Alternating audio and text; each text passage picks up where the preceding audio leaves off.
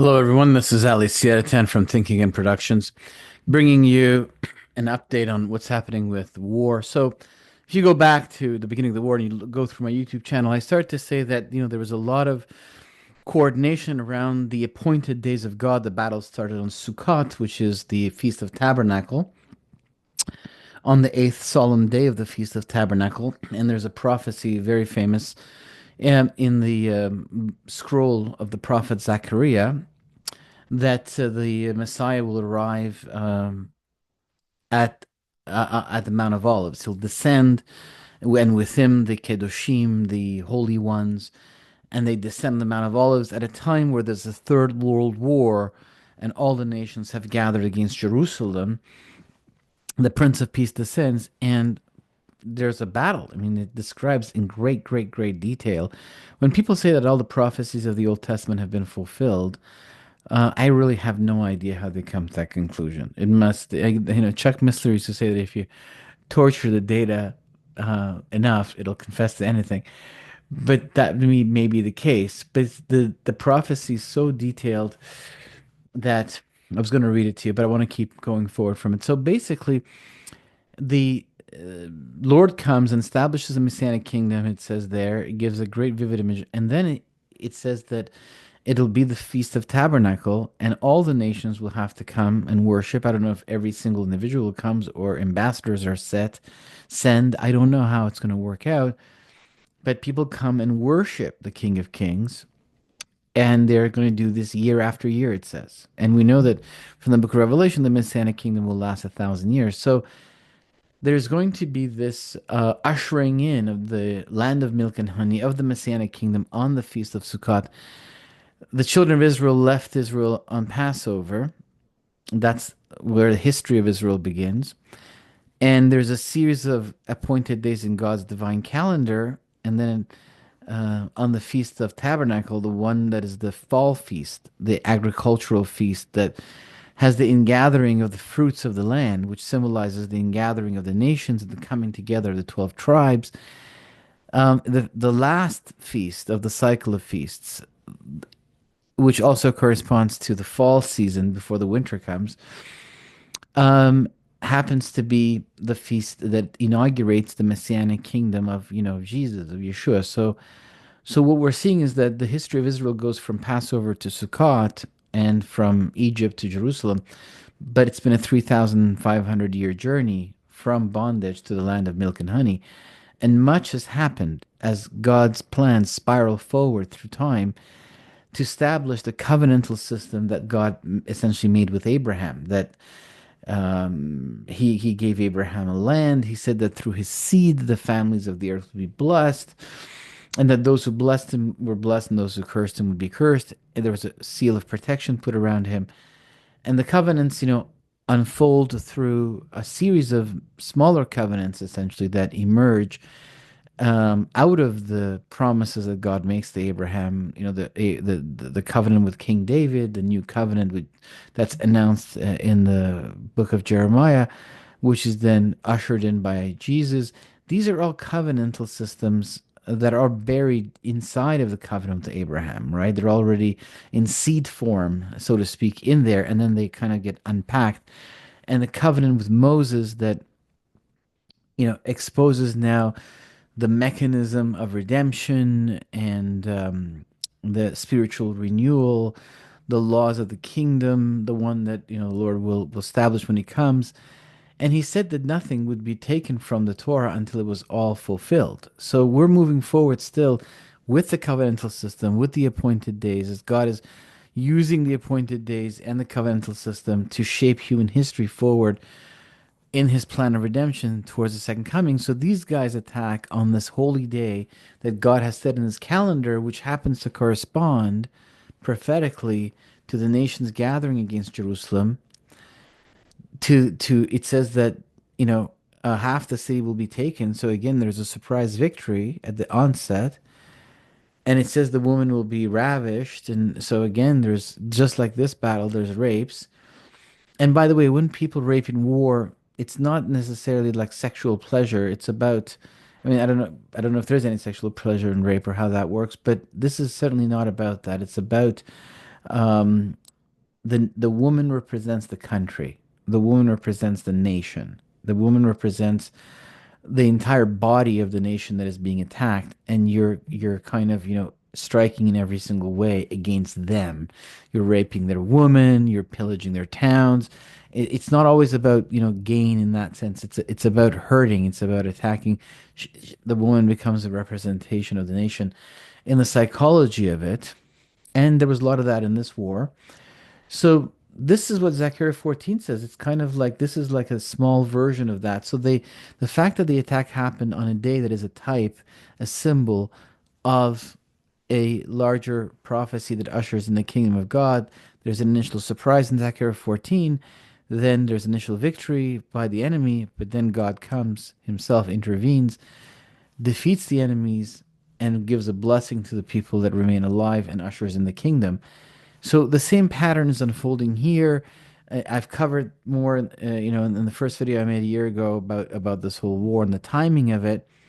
And then there's another video that I made that was really, actually, I thought was excellent, and I went out of the way to put a lot of footage in there, but unfortunately it was taken down. And I have put it on Rumble, and I will put the link in the comments here so you can watch it, where I talked about the spiritual topography of the ancient strongholds that have been activated in Lebanon and Syria, in Gaza, and in Iraq, in Iran. These are ancient strongholds that have been activated. So not only the timing of the war is clearly indicates that this is a spiritual war against the Lord and his people, because you can't get to God, so you get to his people who are, you know, very close to him. And then, of course, by extension, the covenanted in the church.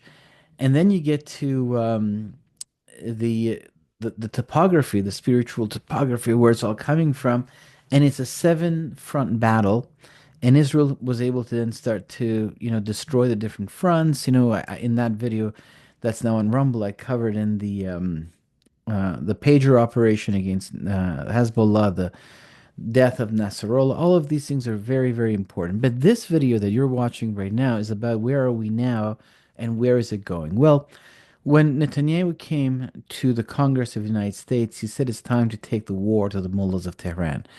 Israel decided that there's no point in fighting and using military and financial resources in fighting small militia groups and taking out the tentacles, when the regime in Iran, which under Biden grew very rich because of oil sales and now is estimated to have reserves of $300 billion. They sold $100 billion in oil alone, according to some estimates. But the idea, there's also gas sales that they have. So they have kind of a $300 billion war chest right now.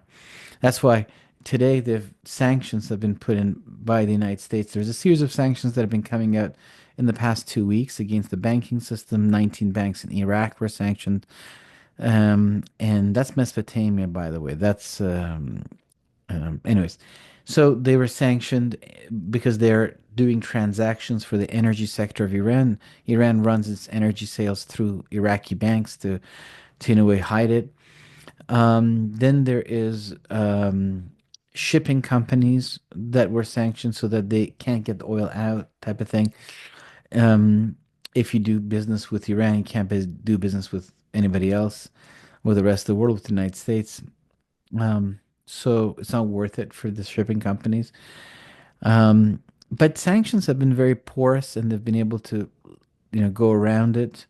The regime of sanctions started with Jimmy Carter in 1979, when the Ayatollah Khomeini took the staff of the American embassy hostage in Tehran and held them for 444 days. Um, and apparently a deal was made with Reagan. There's no confirmation, but they were released at midnight, all of them, on the day of the inauguration of Ronald Reagan. And so weapons started to flow into Iran, and this was the weapons for oil, which was called the Reagan Gate. And even Israel was doing business with the Islamic Republic because, at that time, the idea that there would be a war with Iran wasn't part of the cards for Israel. The enemy was Saddam Hussein. And so These guys were at war with Saddam Hussein, so it looked like they were at war with one of the enemies of Israel. You know, the Arabs had participated in the 1967 war, where five Arab countries had attacked Israel. So this was kind of like Scud missiles were being launched from Iraq towards Israel.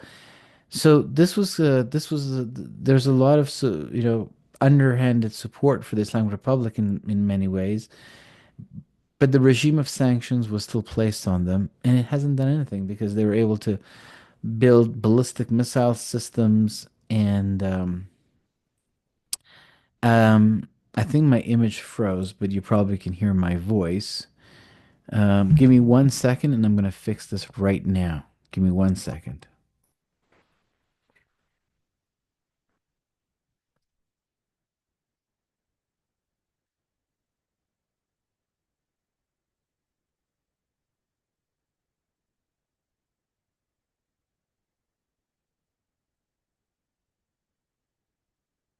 All right.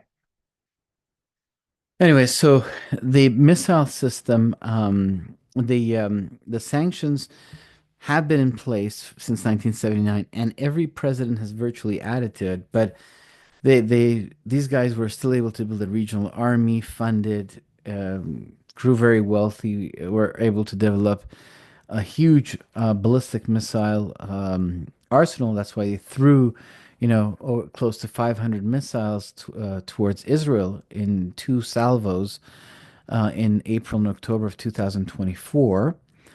But they sustained lots of losses. As the Prince of Persia, I'm writing a book right now where I'm going to put all this information in it. Be sure to get it. But there is a spiritual force behind it. There's principalities. This is a war of powers and principalities. That's why it's coming out on these appointed days.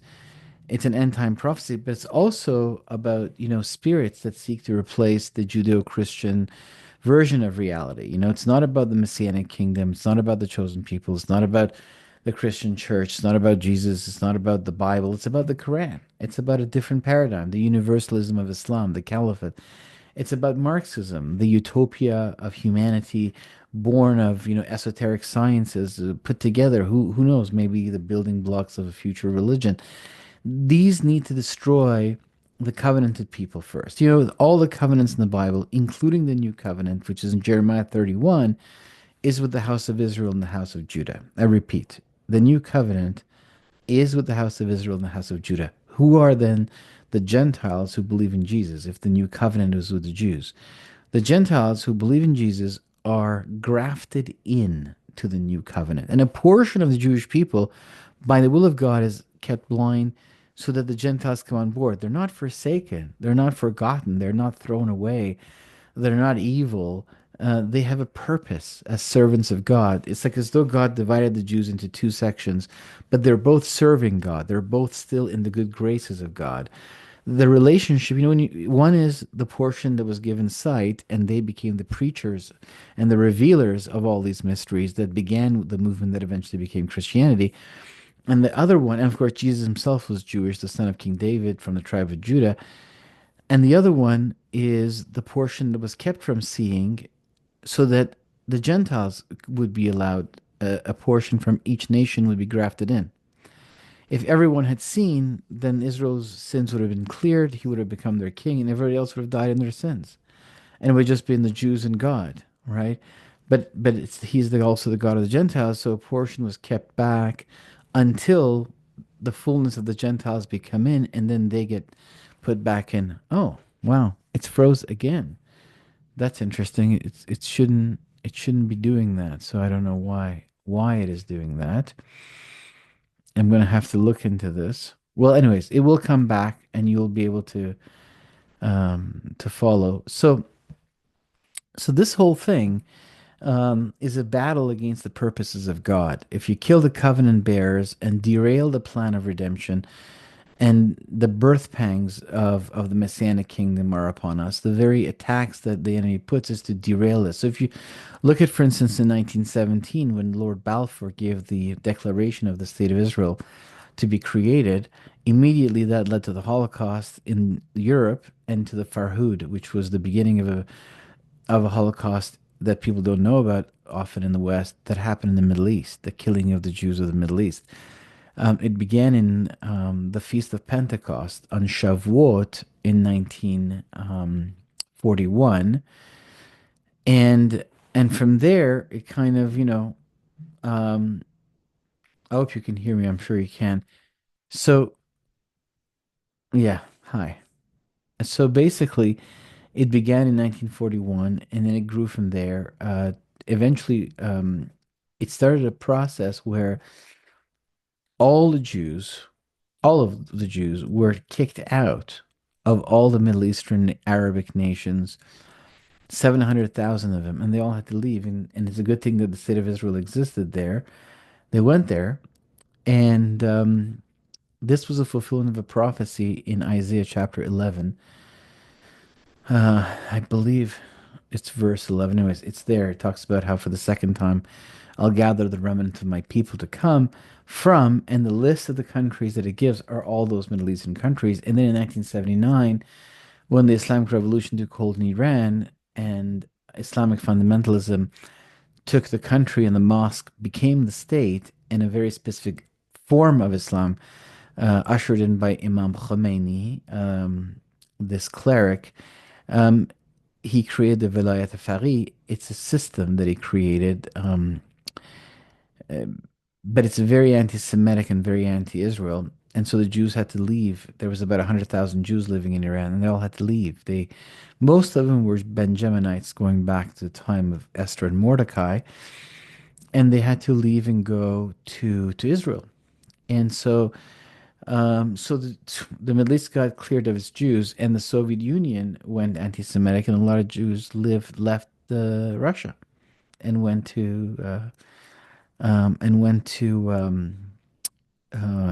Israel, and so this whole persecution of the Jewish people really took off after the Balfour Declaration of 1917. The enemy seeks to stop the plans of God, you see. And so once the Jewish nation state was born, the conspiracy to essentially kill the Jews and destroy the covenant bearers and collapse Christianity and stop the forward movement of history towards the Messianic kingdom and derail that project now had to go through the destroying of the nation of Israel. Now the country had to first be destroyed because that became the stronghold of the Jews. You had to not destroy the country before you can continue to carry out the program of destruction of the Jews among the nations. I know it's very difficult for a lot of Christians to understand the importance of the Jewish people to the story of the Bible, including the New Testament, because essentially, I think the Gentiles have come to believe that Christianity is their faith. Therefore, it's the Jews that have to, quote unquote, convert. No doubt that the gospel is first to be preached to the Jews and then the Gentiles. That's what Paul says in Romans 1:16, is for first the Jews and then the Gentiles, and that's how it unfolded. The Jews received it first at Pentecost or on Shavuot when the Holy Spirit descended in the temple, and then later on, about 9 years later, the Gentiles came on board with the Pentecost of the Gentiles, which happened in the house of Cornelius the centurion. The Pentecost that's in Acts chapter 2, that's nothing to do with the Gentiles. They're all Jews in there. So that's why they were at the temple on the feast of Pentecost on Shavuot, because it's one of the three feasts that requires that every able-bodied Jew make aliyah or come up to Jerusalem to sacrifice at the temple. And that's why they conveniently were there, and God descended to meet them. Every time you come up on these three feasts, God comes to meet you. When you're supposed to come up Passover, the Lord came, in the person of Yeshua Mashiach to Jesus. Then you have the next thing that happens, which is that the Holy Spirit descends to bring the instruction of God into the souls of men on Shavuot. And then from there, we have the third feast, which is uh, the feast of Sukkot, which I mentioned in the beginning. That's the third feast that requires that people come up to Jerusalem. And there, the Lord comes down to usher in the Messianic kingdom. So every time he said, "Come up to Jerusalem to do these things," those are the 3 days that he has chosen to also come down to meet his people. These are appointed days where people have appointments with God, right? So the Jewish people are like in this massive covenantal system at the center of history and the navel of the earth, living these things. And the Christians have been, grafted in. They've become the spiritual children of Abraham. And now they're partaking in this story and have their own relationship with God and with the scriptures through the Messiah of Israel. But ultimately, it's kind of like a building. If the first floor collapses, well, so will the fifth floor. So, it's so will the second floor. If the foundation goes, well, so will the first floor. So it's interconnected. That's why the enemies of the Jews tend to also become the enemies of the Christians, because of the covenantal system that binds us to them, to God, to the whole thing. So, but the idea that the Jews have been rejected or cast out, um, and they now need to convert to Christianity, is an idea that is foreign to the New Testament writings. It is the witchcraft of theologians, essentially, who've created these ideas. The truth is that a portion of the Jewish people was blinded, and kept aside until the second coming. Ultimately, that's when the awakening will come. And also, a remnant was given sight to declare to the nations the gospel. But at the end of the day, they are still beloved of God. They are still the people of God. They still have a deep relationship with God and God with them.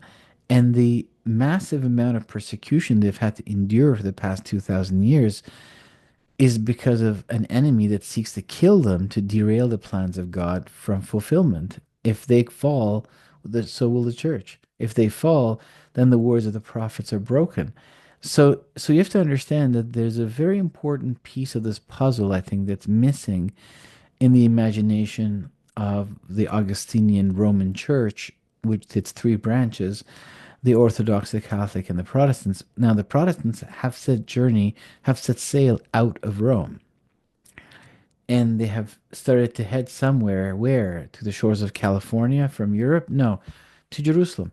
That's the ultimate destination. And what we're seeing right now is that things have circularly come back to the beginning of the story. The paganism has gone back to the modern Roman Empire, from DC all the way to Moscow through the capitals of Europe. Christianity has taken a back stance, and the worship of other things in New Age, and there's always new names for old things, but they've come back. The old empires are kind of suddenly coming back. The Persian Empire, the death of globalism and the birth of nationalism is going to usher in, the alliance of the Ten Kings and the rise of Rome. And we see that the modern Rome, like Russia or Europe, America, of course, America is a great country with a huge, Christian element and a large Jewish population and a free world, but it's also one of the worldly scepters of influence. It's also part of this world. It's not part of the Messianic kingdom. At some point, we will have to say bye to all the countries of the world. So there's also an element of American power structure that's rooted in the world. And it's part of this Roman construct. That's why there's the Senate. That's why there's the Eagles of Rome, the Capitol building, which is kind of imitating Roman architecture, you see. And so we could see the rise of the Ten Kings in the 2030s for Alam, I think. And we'll have to see. But that's kind of an alliance of modern day Rome. Rome is rising. Um, the old empires of the Middle East are rising, but we're seeing a connection between the new empires and the old ones, through deals and contracts and influence. In the middle of all of this is Israel, and there are these spirits, as I mentioned, of pseudo-messianic spirits that seek to replace the messianic vision of the prophets of Israel with an alternative one, whether it's Islam, whether it's Marxism, Nazism, the 1,000-year Reich of Hitler, and he's got to kill the Jews, and stop the 1,000-year kingdom of the Messiah and replace it with a 1,000-year Reich. So you have to kind of like go to this place where you destroy the covenant bearers, and destroy those who hold the vision, the prophets that hold the vision of the future, um, destroy their vision, and then replace it with your new thing, right?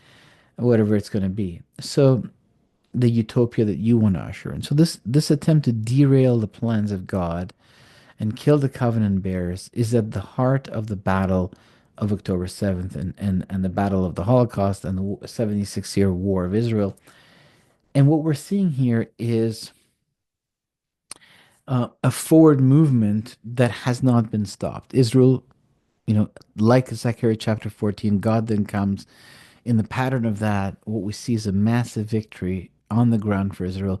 Hamas is obliterated, and as I'm speaking to you, they're about to go in and finish them off. Um, the Hezbollah in the north, Nasrallah, apparently his son recently said that he went into a depression that he never came out of after the pager operation and the death of, um, what's his name? Shukr is his last name. Fahud Shukr. I always have difficulty with naming this guy. So he was the he was apparently a very good at what he was doing, and he was the leader of the precision guided rocket system attacks of Hezbollah.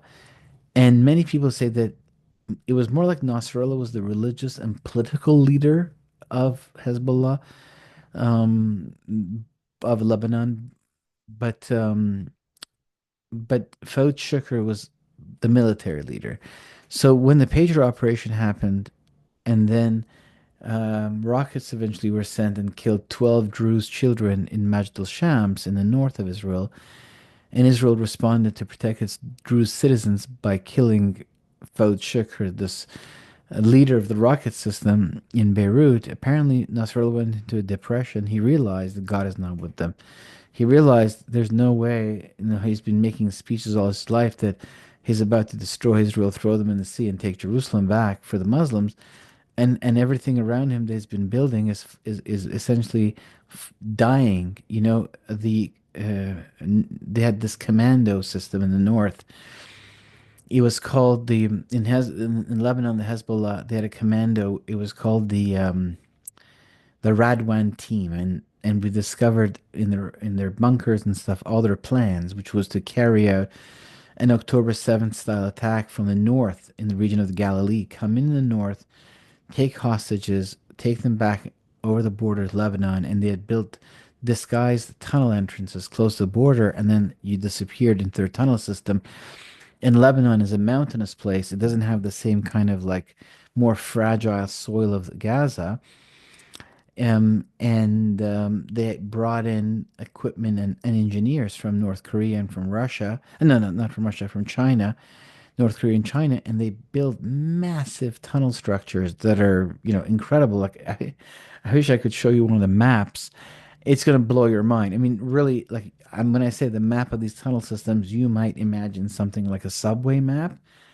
No, it's imagine like you're taking a piece of paper and a pen and you're making squiggly lines next to each other.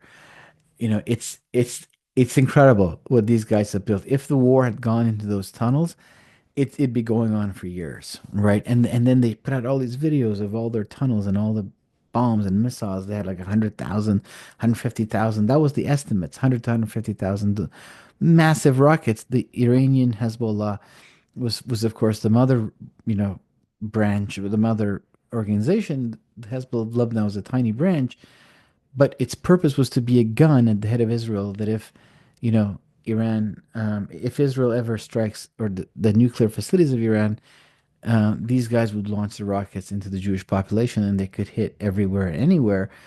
Even though Israel's, miraculously defended, and 500 ballistic missiles came from Iran and never touched it. Um, it was still would have been a very difficult thing. But there was a moment in this war they were about to launch, and the timers were 15 minutes before the timers said that the launch was going to happen from the launch pads. They're automatically set. There was a sortie of 100 jets from Israel. They went and destroyed all the rocket launchers. This was a big hit.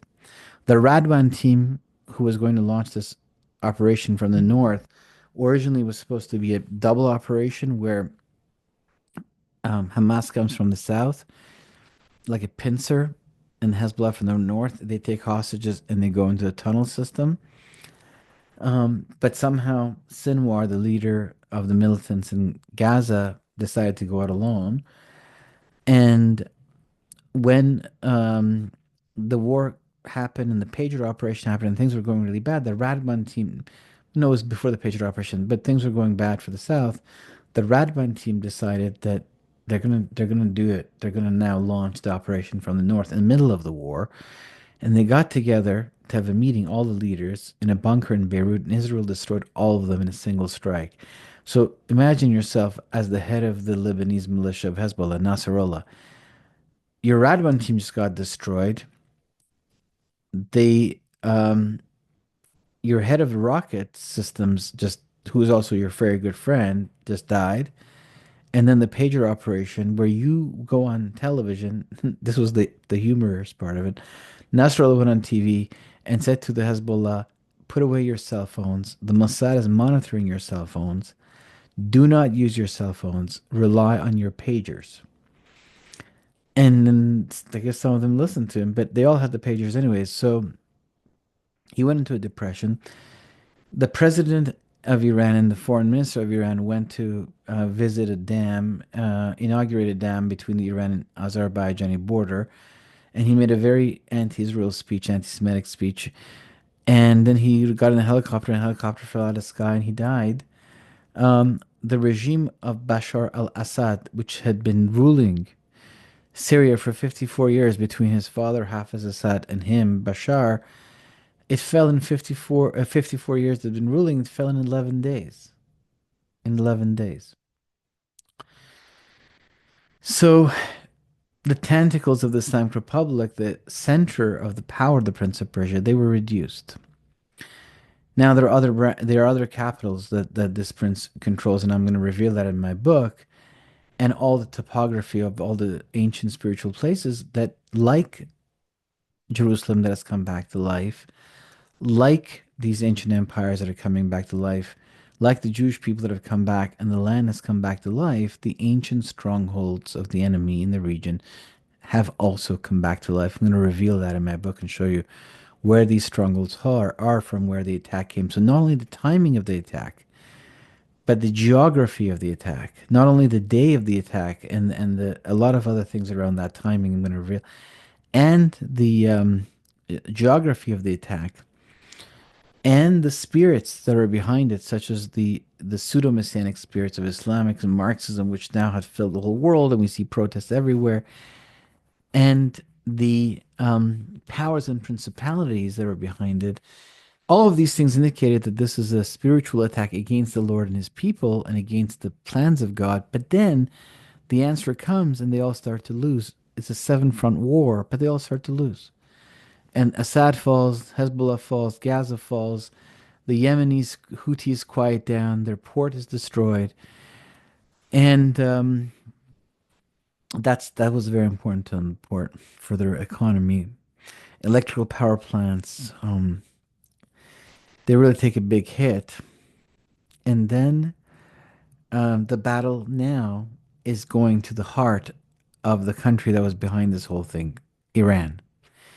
And I mentioned in one of the videos I have that there's an ancient debt that of all the empires of the ancient world, the Egyptians, the Assyrians, the Babylonians, the Greeks, the Babylonians and the Romans destroyed the temple, destroyed the city of Jerusalem, the temple of God, where the presence of God dwelled, at least in the first temple. This is serious stuff, you know. And the gods of the nations, the spiritual powers, I shall judge the gods of Egypt. They came, they destroyed.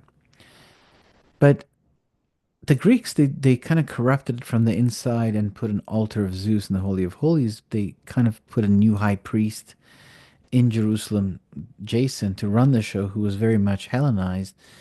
And he forbid the keeping of the Sabbath. He forbid the reading of scripture of the Torah. And he read and he said, let's sacrifice the gods. And Antiochus was allowed to come in to the Holy of Holies and erect an idol to Zeus and make a sacrifice to a swine and make the temple desolate, which became an entire story which has a mystery in it about the end of days. That's what Jesus said in Matthew chapter 24. It'll be when you see the abomination of desolation spoken of by Daniel the prophet, leave Judea, leave Jerusalem. That's what he's talking about. He was talking about the events of Hanukkah. The rededication of the temple, it came through the military victory of the Maccabees. And it was a military victory and a spiritual victory. So, so that these are all very important things. These are all very important things. I mean, the guy who reestablished the temple, his name was Judah, and the Lord is from the tribe of Judah. And and so what we see is kind of like something very spiritually and happening here. But the Persian Empire, no, they blessed the Jews. Go and rebuild the temple, Cyrus said. Another king after him, Nehemiah, was working for him as a head of his secret services. That's what a wine taster is, because only the wine taster can kill the king, right? And so last guy that tastes the cup before he gives it to you is the only one that can have a poison in his sleeve that he pours into it. Here and there, it turns around, boom, boom, boom, you're done. So the wine taster wasn't just an employee that could be bribed or someone you found in the street. The wine taster was the head of a family from a clan that was so close to you that it was extremely dear to you and most trusted to the point where you could trust him with your life. And by extension, he became the head of your CIA, of your Mossad, of your secret services, of your MI6, of your KGB. I need more secret services. The Vatican apparently has its own secret service as well. So Nehemiah was that guy. Yes, he was a prophet. Yes, he was also a leader and a warrior and a builder. But he was also the head of the CIA of the King of Iran. And that is how the walls of Jerusalem were built. And then, of course, as we're about to head to the season of Purim, which also happened during the Persian Empire, where an evil and ancient enemy of the Jews, Hanan, an Agagite, an Amalekite. The Amalekites were these like transgenerational enemies of the Jewish people and of God, and I think they had Nephilim in them. Um, and so they went ahead and were to be destroyed by Saul, the Benjaminite, but he didn't destroy all of them. He kept the king alive and paraded him. That king had kids, and eventually one of those kids became Haman, who became the prime minister of Iran as he moved into the Persian Empire all the way from, Jordan and where he lived, that's where they were from. And he moved all the way into Iran, 1,000 and something kilometers away, and then he became the prime minister of Iran. And there he decided that he was going to kill the Jews and use his power for that. But the king of Persia ruled against him in the favor of his Jewish wife, Esther, and her uncle Mordecai. And so a great reversal occurred, like the one where at the time, darkest time, where the world wanted to destroy the Jewish people, like the Holocaust and the Farhud, a great reversal happened. Those people lost, and the state of Israel was born. So the very opposite occurred in an extreme. And prophecy was fulfilled because who has ever heard reads Isaiah 66 talks about the birth of a nation in a single day. So what we see here is that the Islamic Republic descends into Islamic fundamentalism in 1979, declares war against the Jewish people. And why? What's this whole war about? Why? There's no territorial conflict between Iran and Israel. Sound like the Palestinians living right there who can claim some sort of a territory. They want to make the Holy Land their caliphate. Um, okay, well that's not going to happen. Not because I'm saying so. Who am I? I'm just a guy behind a microphone. I'm saying in the grand scheme of things, God's not going to allow it to happen. So there's no territorial conflict between the Islamic Republic of Iran and Israel. Okay, so what's the next thing? Maybe it's for economic gain, like Russia and Ukraine. There's resources or something you can go get. No, not really. Iran is the third largest oil reserve in the world, the second largest gas reserve in the world. It's got uranium, it's got sulfur. It's one of the richest natural resources places on the whole entire planet Earth. It doesn't need the natural resources of a state of Israel that's smaller than New Jersey or the size of New Jersey. And so that's not the case. It's not natural resources. It's not economic gain. So what is it? Is it the popularity context within your own country? No, not really, because it alienates the people from the government even more. The economy is just plummeting like you wouldn't believe it. The currency has collapsed 92% since 2008. Let's just make it easy. Let's just say 100% since 2018, sorry, when Donald Trump pulled out of the JCPOA, the nuclear deal that Obama had brought in. 92% the currency has collapsed. Just think about that. So your buying power has been decimated. The people have left Islam there's 50,000 mosques that are closed in the country according to the government. Google it, 50,000 mosques closed in Iran. Um, the people have left Islam as a religion. You know, about 15 to 20% of the people consider themselves to be Muslim. 48 years ago, nearly 100% of people would have identified as such, even though they were not practicing it. So that's a huge thing, a huge sociological change. And people in the Middle East see this as an Islamic war against Israel, and they're like, we're not into it. In Iran, we want to go back to nationalism and to the ancient traditions of the country because Iran was not a Muslim country for most of its history. It's only been a Muslim country for about 1400 years. But for most of its history, before that, since Iran is far older than 1,400 years, a period, let's say from the time, let's the 2,500, all the tribes united and formed a single country. But before that, there was civilization in Iran going back to 3,000 years, 3,500 years. I mean, some people have it at 7,000 years ago. But there's a huge the median tribes, the sons of Japhet, Madai, they formed huge, cities and temples. And then there was the small Persian tribe from the south, and the Elamites in the very southwest, which are the cousins of the Jews and the children of Abraham's uncle, um, Elam, the firstborn born of Shem, right? And so this was kind of the makeup of the country for thousands of years before King Cyrus united all the tribes and officially created the Persian Empire, which has now lasted 2,500 years under central government. Iran has had 2,500 years of uninterrupted central government. It was so Cyrus was the first one to unify everything, create central government, and the 28th king, 28 kings after Cyrus, without interruption. That's when the country in the 8th century of our era, in the 7th century of our era, sorry, fell to Islam and now entered its Islamic phase. So the country is now leaving that phase. The grandchildren of the revolutionaries, 80% of Iranians are under the age of 40 because there was a baby boom, after the war of Iran and Iraq in 1989. So these guys, they blessed the Jewish people and returned the empire did of Persia. They go build the temple, go build the walls of Jerusalem. We'll kill your Amalekite enemies for you. And so there's a blessing. Now the Iranians are the ones without an army or anything, and the Jewish people are the ones that are kind of returning that favor. And there's a lot of Mossad operations ready to launch against Iran right now. Massive amounts of intelligence operations have been prepared, multi-layered. It's very, very interesting. Um, I'm expecting cyber attacks against the banking system. I'm expecting nuclear hits against the nuclear facilities.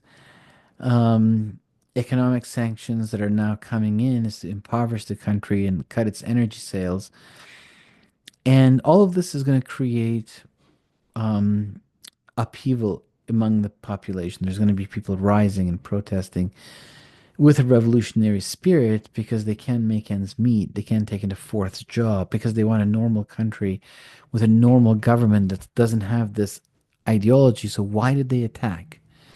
They attacked because they believe in the end of days. It's a process that started at the end of the 1990s and the beginning of the 2000s, where the government came to the conclusion that it needed to indoctrinate a core of its followers to protect itself because the people were slipping away from its grip and not wanting theocracy, not wanting they wanted secularism, and so they started to really indoctrinate and make sure they had a core people. I mean, we're talking millions of people here in the doctrine of the end of days, and in part of that doctrine, the idea is that the existence of the state of Israel holds back the Mahdi from coming. And so the destruction of the state of Israel is part of the requirements of the becoming of the rightly guided one of Islam, Mahdi, according to Imam Khomeini and the leaders of the supreme leaders of Iran's theocracy, the Islamic Republic of Iran, Velayat Fari. So there's this Shia Crescent, which is a military alliance of militias, a network run by IRGC, but using local people that in a way get incorporated into the central command system of the IRGC. Not all of them. There's about a fight to get them all to come in. So they're run by IRGC officers, but it's a hybrid of them and the local militias that goes from the south of Afghanistan, or yeah, all the way into through Iran, into Mesopotamia, Iraq, into Syria, into Lebanon, and into the Mediterranean. And this is the Shia Crescent. And when the Arab nations withdrew their support from Hamas, General Soleimani, the architect of this, approached Gaza and said, "We'll give you all the money you need." And they put his picture and the picture of the supreme leader all over the streets of Gaza. And since Iran already controlled in the north in Lebanon, the Hezbollah, now it had Gaza, that is called the Ring of Fire. So Iran created the Ring of Fire with Jordan, and which is 70% Palestinian, and Judea and Samaria has a lot of Palestinians, the West Bank, it's called, that are very much into the ideology, the religious ideology of the Muslim Brotherhood of Hamas, which wants to destroy the Jewish state and replace the Holy Land with a caliphate, an Islamic state. So you got the people in the West Bank, Lebanon, you got the Mediterranean Sea, and you got Hamas in the south. This is called the Ring of Fire and the Shia Crescent. It's a very beefed up system. And the only thing that was missing was the nuclear bomb that the mullahs wanted to fortify this entire structure and launch their apocalyptic war against Israel, destroy it, liberate Jerusalem, and bring about the Mahdi who will show the world that they were right all along. This is why they neglected the internal economy. This is why they don't care about territory. This is why they don't care about, anything. And that's rational because they believe A, that God is with them, and B, that if they win, once they win, all their problems will be solved. I'm trying to look for a footage that I can show you. All their problems will be solved, and everyone will realize that you know what, these guys were right all the time, and that they yeah. Let me just bring this footage up for you. I think you may enjoy watching it. Um, so let's go to share screen. Where are we? Share screen. Aha. There we go. Modern technology. Share sound. Optimize video. And we're good to go. So watch this video. So I'll set it up for you. This is General Bagheri, um, commander of the IRGC, the Islamic Republic Guards, and they are the kind of the devotees of the clerics. They are their religious army. Their constitution says their role is to spread the word of Allah and export the ideals of the revolution. And they are the ones who built the Shia Crescent and the Ring of Fire under General Soleimani, which Israel has now destroyed since the beginning of October 7th, is now going for the head of the octopus, as they say. And remember that it was President Trump in his last term that he killed General Soleimani, the architect of this. And with hindsight, it was like an omen that these guys were going to fall under Trump. And remember, in the book of Daniel, Persia has two horns. So you got the military, I think, and now the political one is about to fall. And so this guy that I'm about to show you here, they've gathered the IRGC in a place called Jamkaran. It's a huge mosque structure with a well out of which the Mahdi is supposed to arise. And they've gathered there, and he's giving them a speech where he's casting the IRGC as the end times army of the Mahdi. When these guys are going to destroy Israel, he's going to appear, and then they're going to follow him into a series of wars where he is going to defeat all the armies of the world, the forces of global arrogancy, I think he calls them, and then usher in the Islamic caliphate over the whole earth. And on the ground, it says Israel must be erased in Hebrew and in Farsi. That's what it says, the inscription on the ground. And I'll listen to the speech that he gives them as he casts them as the army of the 12th Imam or the Mahdi. This was September 25th, about 2 weeks before October 7th, before the attack. But this is the ideology that's behind it. I'm covering these things in my book. And from here, we see this you know ideology that's not aligned with the Bible coming at the work of God and kind of um, leading into this war. But Israel has been destroying that. Israel, Netanyahu made a speech in the Congress and said that judgment was going to fall over all those who are cursing Israel. He came down and they told him, "We've got Nasrallah, we can take him." He said, "Take him."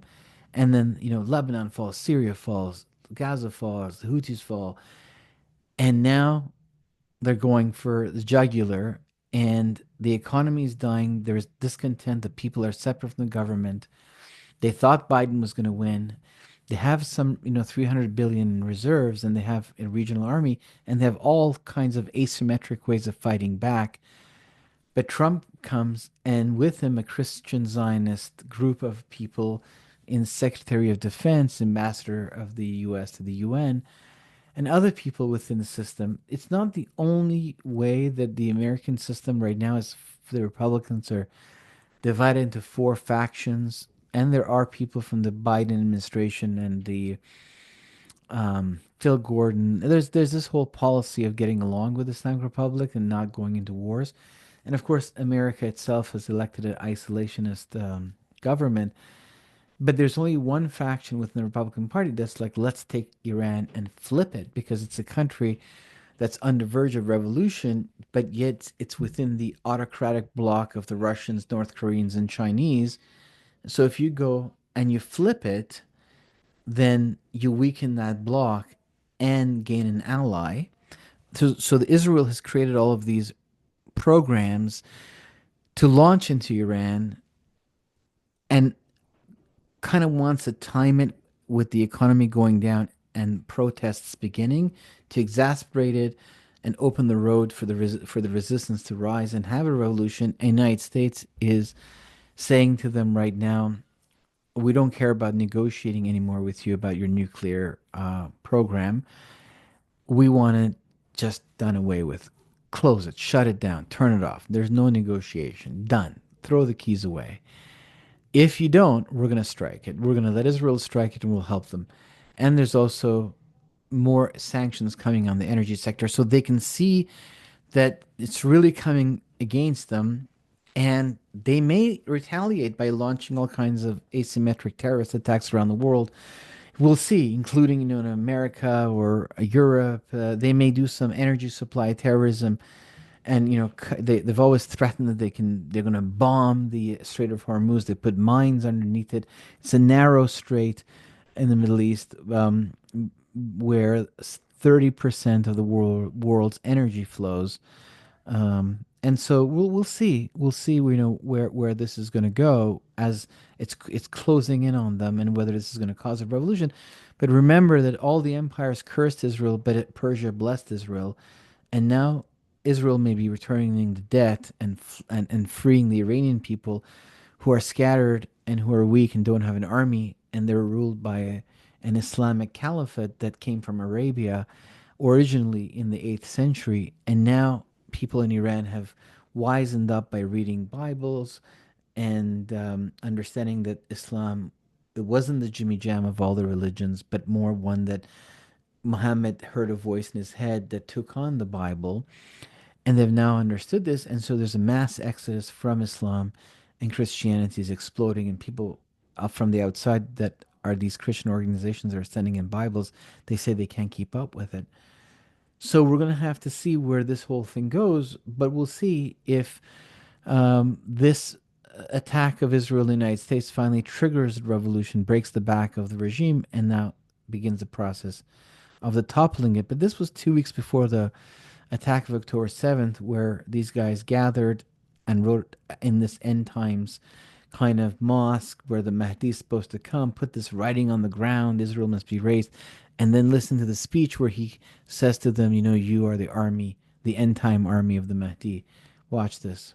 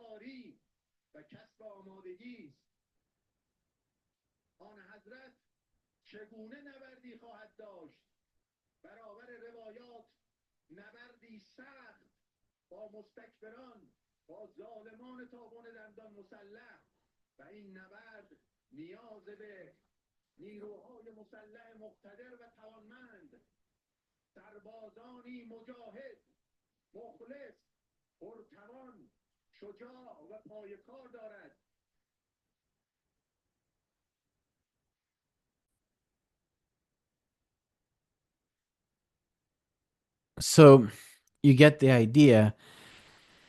2 weeks later, October 7th begins, and that's why they attack and throw all these ballistic missiles. They feel they have the assurance of victory. That's why they neglect the internal economy that's collapsing or their relationship with the people, and they reserve all their money that from energy sales for their holy war or unholy war against Jerusalem, and they're kind of fueled by this anti pseudo messianic spirit, and people say, "Oh, this is not really Israel. This is not the fulfillment of the end times prophecies. This is not, the Jews have been cast away and they're done away with." And I'm like, okay, well, what I'm seeing out my windows, this is very much in line with, the Jewish state is born in 1947, 48.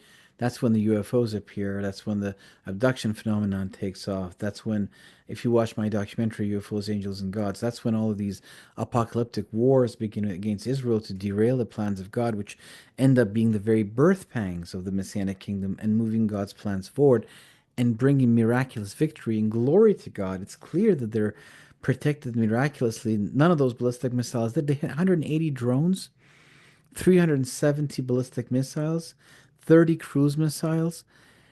I mean, just it was incredible, what was thrown at them, and nothing, not a scratch. And then all of these enemies are around them, toppling down. Now there is like the Druze have joined them as allies, forming kind of a buffer zone in the north. Syria has descended into chaos. Lebanon is not too far behind unless the Lebanese people can rise up and take their country back. All the people that were under Islamic militancy are being, freed in some ways, but especially the people of Iran. We'll see. We're there now. it's finally come. I said a year ago, a year and a half ago, I said, this is going to be the war that sees Israel return the ancestral debt that the God of Israel remembers the blessing the Persians gave to the Judeans, and now that blessing's coming back, you know? Gila Gamliel talks about it, the minister of intelligence of Israel. She says that she invited the crown prince of Iran to come and visit Israel. I think they're working together, to be honest.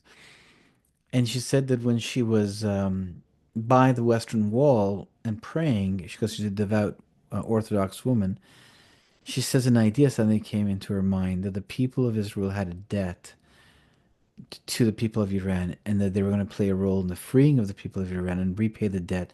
And at the onset of this war, and I would tell that to my Jewish friends, they're like, no, no, no, listen, we have nothing to do with Iran. The IDF is a tiny little force designed for the defense of the Jewish state. We're not going to take on the Islamic Republic or toppling your regimes, or we're not going to fire a single shot. We're here. We're just dealing with our neighborhood and getting things done here.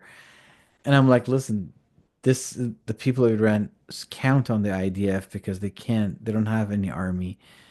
And I think this is where it's going. And next thing you know, of course, that's where it goes. They send the ballistic missiles.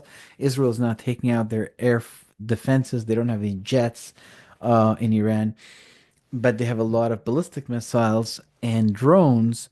But now there's, sanctions against our drone sector that Trump just put in, oil sector, and Israel is forced into the war with them, and now has all these operations. And you remember that the head of Hamas, Haniyeh, was killed in the barracks of the IRGC in Tehran, in the north of Tehran, the barracks of the IRGC. That showed how much Israel had infiltrated the system, that it could get into military barracks at the highest level of security and place a bomb and blow it up in their hotel room, in the residences that were there for visiting dignitaries and officers. But it was a military barracks with residences in it. That's where they put him to keep him safe. And Israel killed him in Iran, in the barracks of the IRGC. These guys in the video you just saw, their chief commanders, that was their barracks in their residence. They kill him. So that showed that tons of people within the Iranian system are collaborating with Israel. That's what it showed. The head of the intelligence services of Iran, this cleric, he was retiring just a little bit before Hani was killed. And this journalist says to him, "What is the thing that you're the most proud of?" He says, "I've weeded out the collaborators with the Mossad out of our system." And then this happens. So there's a lot of intelligence operations, cyber attacks, and different assassinations, perhaps. And then you have the nuclear facility strikes, the energy facilities may be struck, I don't know, in order to stop them from having the money they need to pay for their oppression forces to push down the protests. And we could see that Iran may flip. Secular and democratic Christianity may expand, and that sociological change will influence the Middle East, because Iran is it's the trend-setting country of the Middle East. So in 2009, when the protests happened in Iran, it triggered the Arab Spring. When Iran went Islamic in 1979, the entire Middle East went in that direction, especially after the 1967 war, where the Arabs lost in 6 days and Israel's victory was miraculous. The cleric said, because you didn't attack in the name of Allah, you attacked under the leadership of secular atheist, communist, Ba'athist party leaders of the Arab world in league with the Soviet Union. First, we have to Islamicize the people and then attack, and that's what's been the War of October 7th, because from 1967 till now, the Middle East has been undergoing Islamization. And the fact that Iran went in that direction at its helm, the government changed, and the scepter of Persia fell to the sword of Allah under Khomeini, pulled the entire Middle East in that direction. Now reverse that, and you bring in a secular Iran where the forces of Christianity that are blossoming in the country, and other systems of thought. People are going back to the ancient religion of Zoroastrianism. Others are becoming agnostics and atheists and gravitating towards the left of the political spectrum. All of these forces released.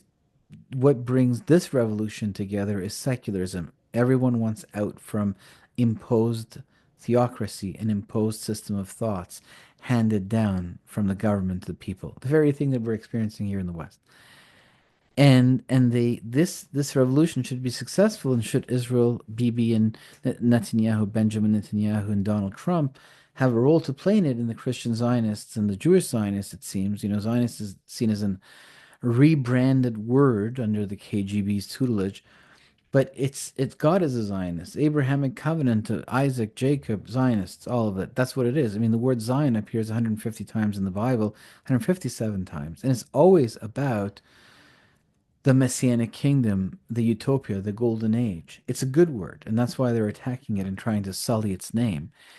For the past 2,000 years, Jewish Orthodox rabbi have been praying twice a day that they want to go back to Israel and rebuild the third temple.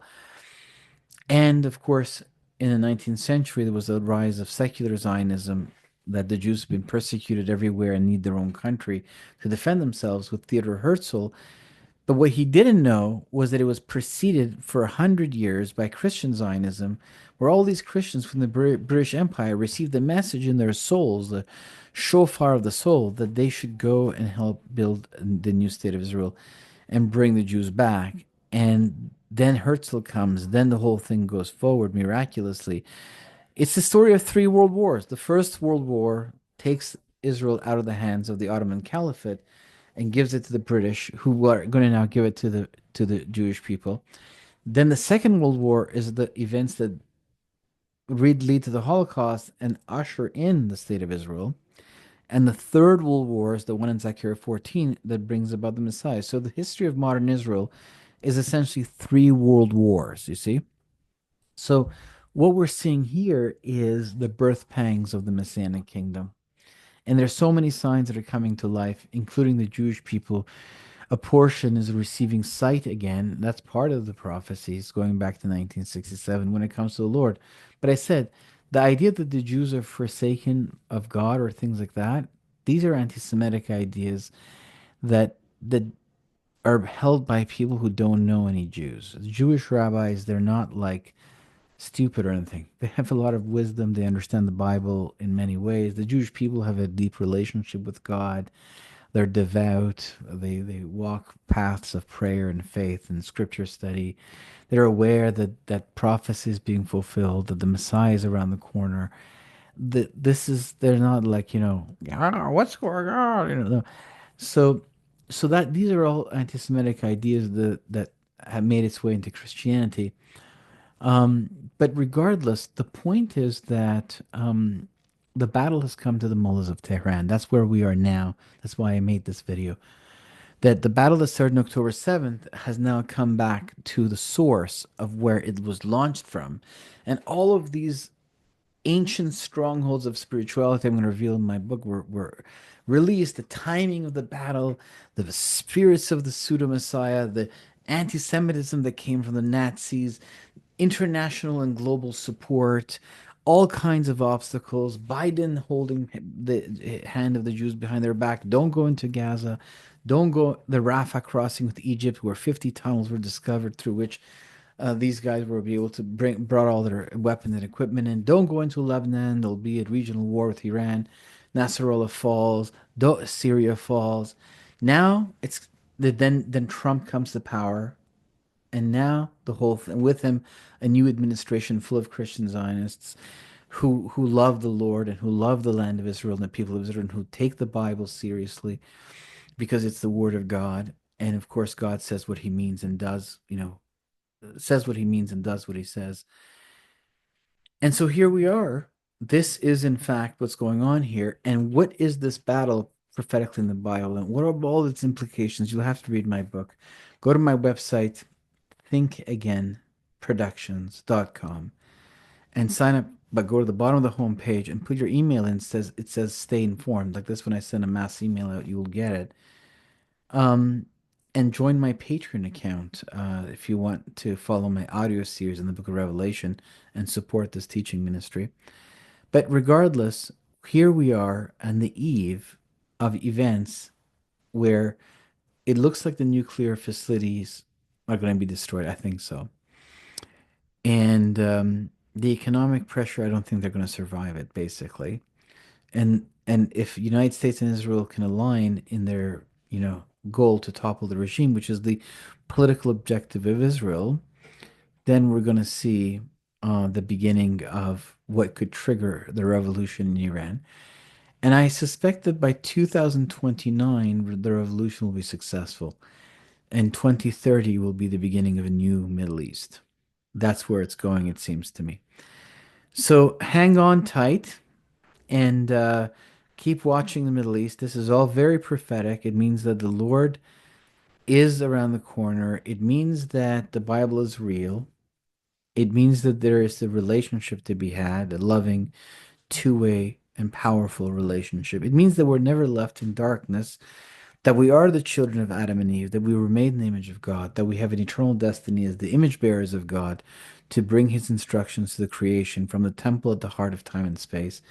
It means we're going to get a new body that will be immortal. It means that we're going to head into a utopia, which is the Messianic kingdom.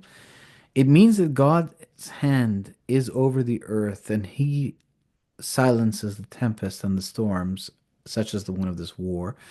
That he's set the boundaries for the waters, which means he's set limits to things, and evil cannot go past its limit. And it means that you've won the lottery. I mean, imagine if you're the son of God, if you're the child of God, and you're an immortal being, and you're headed for a utopia. Uh, I don't know what else you'd want.